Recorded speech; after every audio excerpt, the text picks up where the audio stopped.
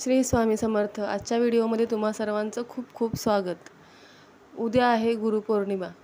तर गुरु कसा ओळखावा किंवा गुरु कसा असावा हे तर मी तुम्हाला सांगायची गरज नाही आहे की प्रत्येकाच्या गुरुच्या बद्दलच्या व्याख्या किंवा प्रत्येकाची गुरुची आस्था वेगळी असते.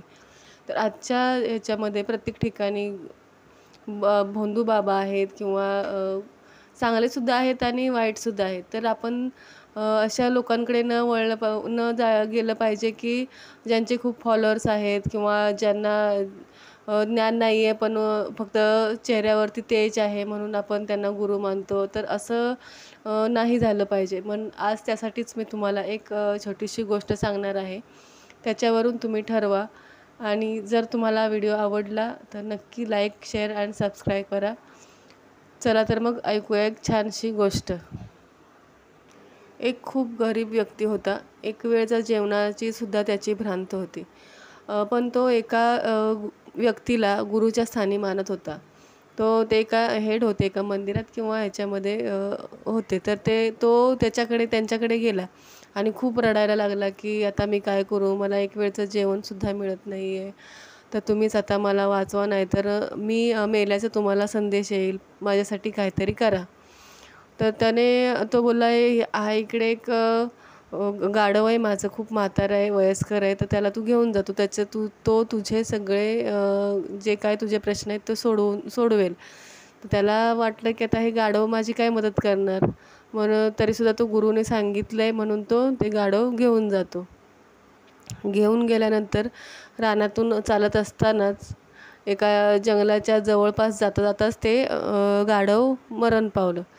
मरण पावल्यानंतर त्याला खूप रडायला आलं. तो खूप रडायला लागला की आता मला गुरूंनी हे गाढव दिलेलं ह्याच्यासाठी, तर ते सुद्धा मरून गेलं. आता माझं काय होणार, मी कसं हे करणार आता किंवा माझ्याकडे कुठून पैसे येणार. तर तो बोलतो ठीक आहे आता काय करायचं, म्हणून त्या गाढवाला असंच कसं सोडून देणार उघड्यावरती, म्हणून त्याने एक खड्डा खोदला आणि त्या खड्ड्यामध्ये गाढव टाकलं आणि त्याची समाधी बनवली. आणि तिथेच खूप जोरजोरात रडायला लागला. त्या समाधीवर माती टाकली आणि तिथेच डोकं टेकून खूप जोरजोरात रडायला लागला. तर रस्त्यावरून जाणाऱ्या एका दोघांना असं वाटलं की तो डोकं टेकून रडत होता, त्याच्यामुळे त्यांना असं वाटलं की ही कोणत्यातरी साधू पुरुषाची समाधी आहे आणि हा भक्तिभावाने तिथे रडत आहे. तर एकाने पैसे टाकले, थोडे सुट्टे पैसे टाकले. नंतर दुसऱ्याला वाटलं ही समाधीच आहे वाटतं, मग त्याने पण पैसे टाकले. असं करून 4-5 जणांनी त्याच्या समाधीवरती, त्या गाढवाच्या ह्याच्यावरती पैसे टाकले. थोड्या वेळाने त्याने डोकं वर काढून पाहिलं तर तिथे थोडे पैसे पडले होते. मग काय त्याची बुद्धी चालली आणि तो मग रोज येऊन तिथे बसायला लागला आणि हळूहळू त्याचं आयुष्य बदललं. तो खूप समाधानी झाला, पैसेवाला झाला.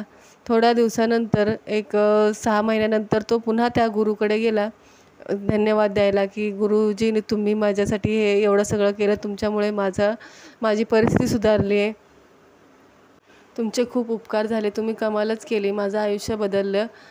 तर त्याच्यावर ते गुरु म्हणाले, ते नीट ऐका, ते गुरु काय म्हणाले की याच्यामध्ये मी काहीच कमाल केलेली नाही.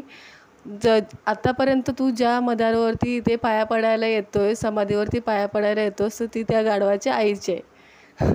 तर हे असं असतं की आपण डोळे बंद करून, डोळे झाकून एखाद्यावर विश्वास ठेवतो. ती व्यक्ती आपल्या विश्वासाच्या किंवा आपल्या आपुलकीच्या, आपल्या श्रद्धेच्या पात्र आहे का, हे सुद्धा एकदा निश्चित तपासून पहा आणि स्वतः शिष्य होण्याचा प्रयत्न करा. गुरु आपोआप तुमच्या समोर येतील आणि योग्य मार्ग दाखवतील. गोष्ट आवडली असेल तर नक्की लाईक करा, सबस्क्राईब करा. चला तर मग पुन्हा भेटूया पुढच्या व्हिडिओमध्ये. तोपर्यंत श्री स्वामी समर्थ. आणि उद्याची गुरुपौर्णिमा आनंदाने, उत्साहाने आणि श्रद्धेने करा. श्री स्वामी समर्थ.